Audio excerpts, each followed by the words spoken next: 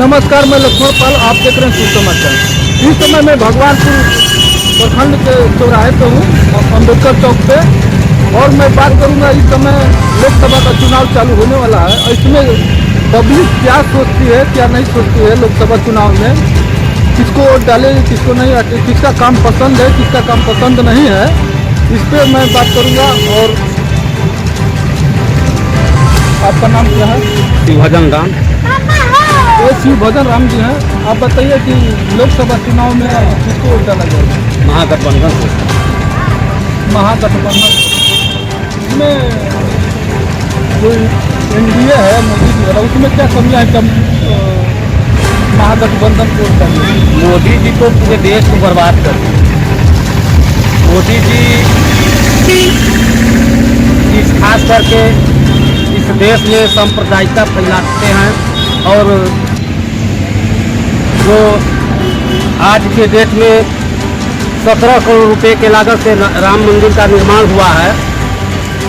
राम भगवान है ही, भगवान को भव्य मंदिर बनाने की आवश्यकता नहीं है। राम सबके दिल में व्याप्त हैं और अनर्गल जो 17 करोड़ रुपया लगाया गया है राम मंदिर निर्माण में, वह कहीं विद्यालय में लगाया गया होता, स्वास्थ्य में लगाया गया होता, बिजली पे लगाया गया होता, रोड पे लगाया गया होता तो बात ठीक होती। लेकिन अनर्गल यह खर्च हो रहा है और इस हिंदुस्तान के पैसे को दुरुपयोग किया जा रहा है मोदी जी के द्वारा। और इंडिया गठबंधन में क्या खूबियाँ हैं, उसमें जा रहे हैं आप? इंडिया गठबंधन आज से नहीं, जब हमारा देश गुलाम था, इस देश को आज़ाद कराने के लिए इंडिया गठबंधन के लोगों का अहम भूमिका रहा है। अपने प्राणों को न्यौछावर किए हैं, इसलिए हम इंडिया गठबंधन को पसंद करते हैं और इंडिया गठबंधन को वोट देंगे, दिलवाएंगे। और इस समय एक मुद्दा अभी आया है फुलवारी शरीफ में, 2 दलित लड़कियों। फुलवारी शरीफ के विषय में हमको मालूम नहीं है।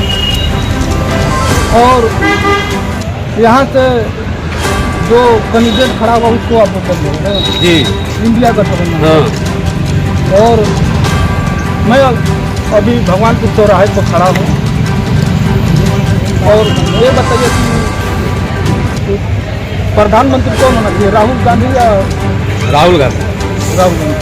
राहुल गांधी का खूबियाँ क्या है?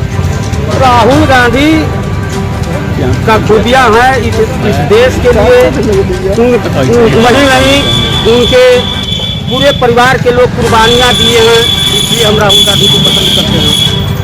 जैसे में इंदिरा गांधी, राजीव गांधी इस देश के लिए अपने आप को न्यौछावर कर दिए, इसलिए हम राहुल गांधी को पसंद करते हैं। अगर अचानक इंडिया गठबंधन में कोई दूसरा प्रधानमंत्री का उम्मीदवार हो जाए तो जैसे नीतीश कुमार लाइन में खड़े हैं, अरविंद केजरीवाल खड़े हैं, चाहे कोई भी बनर्जी है, इंडिया गठबंधन का चाहे कोई भी नेता प्रोजेक्ट होगा, हम उसको पसंद करते हैं।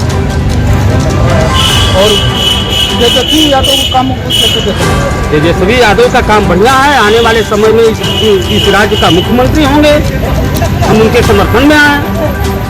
नीतीश बाबू का काम कैसा है? नीतीश बाबू का भी काम काज बहुत बढ़िया है। वह इस बिहार के लिए विकास पुरुष हैं।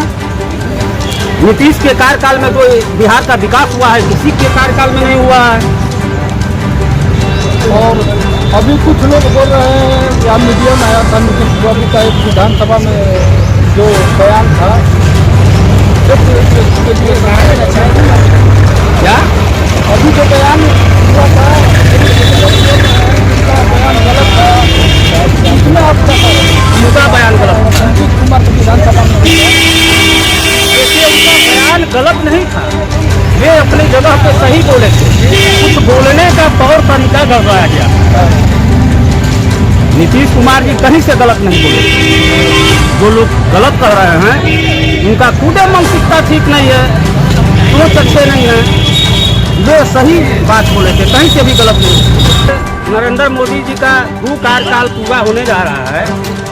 सर्वप्रथम जब एनडीए गठबंधन की तरफ से प्रधानमंत्री के लिए 2014 में उनको प्रोजेक्ट किया गया, तो ये पूरे देश में घूम घूम करके कह रहे थे कि यदि हमारी सरकार बनती है, हम इस देश का प्रधानमंत्री बनते हैं, तो इस देश के जितने शिक्षित बेरोजगार नौजवान हैं जो अपने घर को छोड़ करके, अपने स्टेट को छोड़ करके, अपने बीवी बाल बच्चों को छोड़ करके दूसरे स्टेट में पलायन कर रहे हैं रोजी रोटी के लिए, उन नौजवानों को उनके घर पे ही रोजगार दें।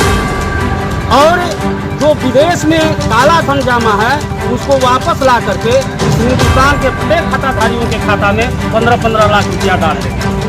लेकिन उन्हीं लोगों की सरकार बनी, इस देश के प्रधानमंत्री बने आदरणीय नरेंद्र मोदी जी।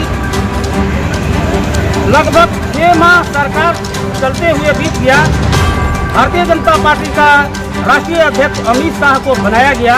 उसके बाद इस हिंदुस्तान के वरिष्ठ पत्रकारों ने अमित शाह को घेरा और पूछा कि भाई आपकी सरकार है, आपके प्रधानमंत्री जी लोकसभा के चुनाव में प्रचार के दौरान घूम घूम करके यह कहा करते थे कि यदि हमारी सरकार बनती है, इस देश के हम प्राइम मिनिस्टर बनते हैं, तो इस देश के जितने भी बेरोजगार नौजवान हैं जो अपने घर द्वार को छोड़ करके, अपने बीवी बाल बच्चों को छोड़ करके, अपने स्टेट को छोड़ करके दूसरे स्टेट में पलायन कर रहे हैं रोजी रोटी के लिए, उन नौजवानों को उनके घर पे ही रोजगार दें। और जो विदेश में काला धन जमा है उसको वापस ला करके प्रत्येक खाताधारियों के खाता में 15-15 लाख रुपया डाल दें। तो इस विषय पर आप और आपके प्रधानमंत्री जी क्या सोच रहे हैं?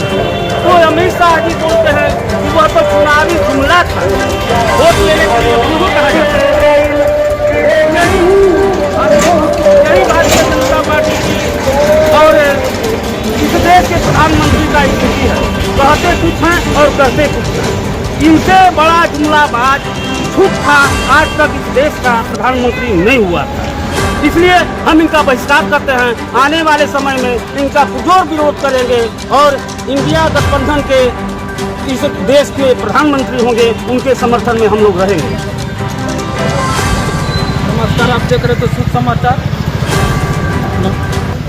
चैनल को लाइक करें, कमेंट करें, शेयर करें, सब्सक्राइब करें। धन्यवाद।